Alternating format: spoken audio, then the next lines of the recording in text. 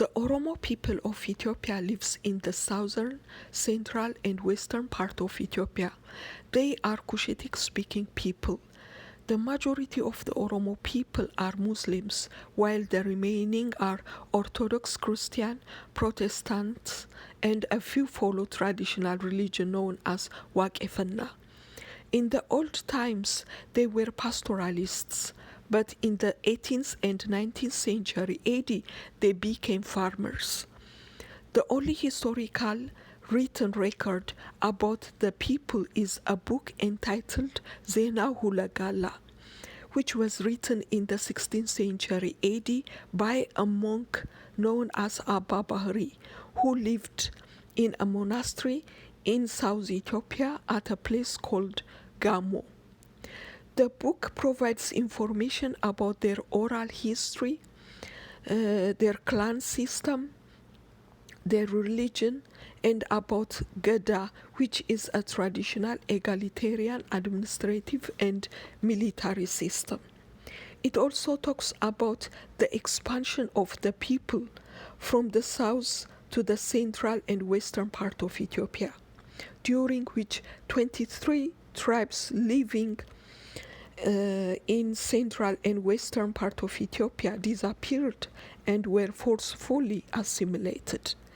That may be why the Oromo people wear different traditional clothes in different provinces of the region. The Oromo political elites do not like Abba Bahri, who wrote about their history, because it talks about their expansion and the disappearance of tribes who used to live in the area where today the Oromo people lives. The Oromo expansion followed the Ahmed Grain War under the leadership of a Somali fanatic with the Solomonic kings of Ethiopia in the 16th century AD, which left them both weak and made it easy for the expansion of the Oromo people. During the 19th century AD, King Menelik II of Ethiopia amassed a military wares and brought the fragmented provinces of Ethiopia together before colonialists could invade them during the scramble for Africa. During King Menelik, there was no modern military. The soldiers were known as Naftengas, which means a person who has a rifle, because the soldiers buy their own arms or rifles and cover their own rations. During peacetime, they were farmers, but during war times they take up their arms to fight for their country and their freedom. But again, the Oromo political elites hate King Menelik II, saying he subjugated them. But of course, a king in any country is authoritarian, but it could not have been worse than had the Oromo people were under colonialists. If King Menelik did not brought the fragmented provinces of Ethiopia together, they would have ended up being occupied by colonialists. For example, because of the Mongols and the Ottoman Turks, the Kurd people live in different countries like Iran, Iraq, and Turkey.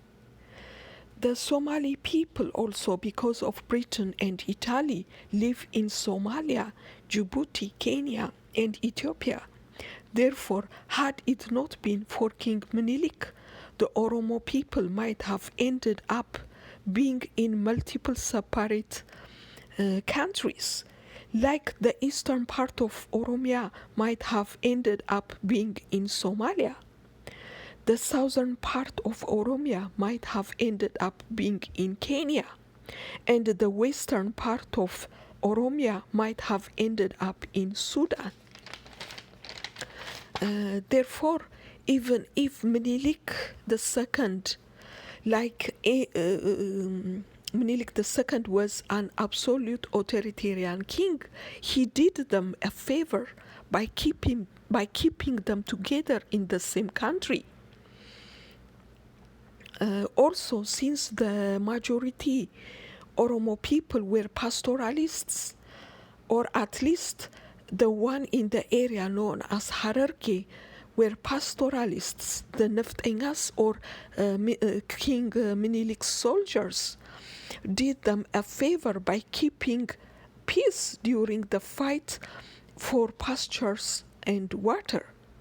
Therefore, even though the Oromo political elites do not want to admit it, the King Menelik did the Oromo people a favor in keeping them together and making peace between the clans that often fight between themselves for pasture and water.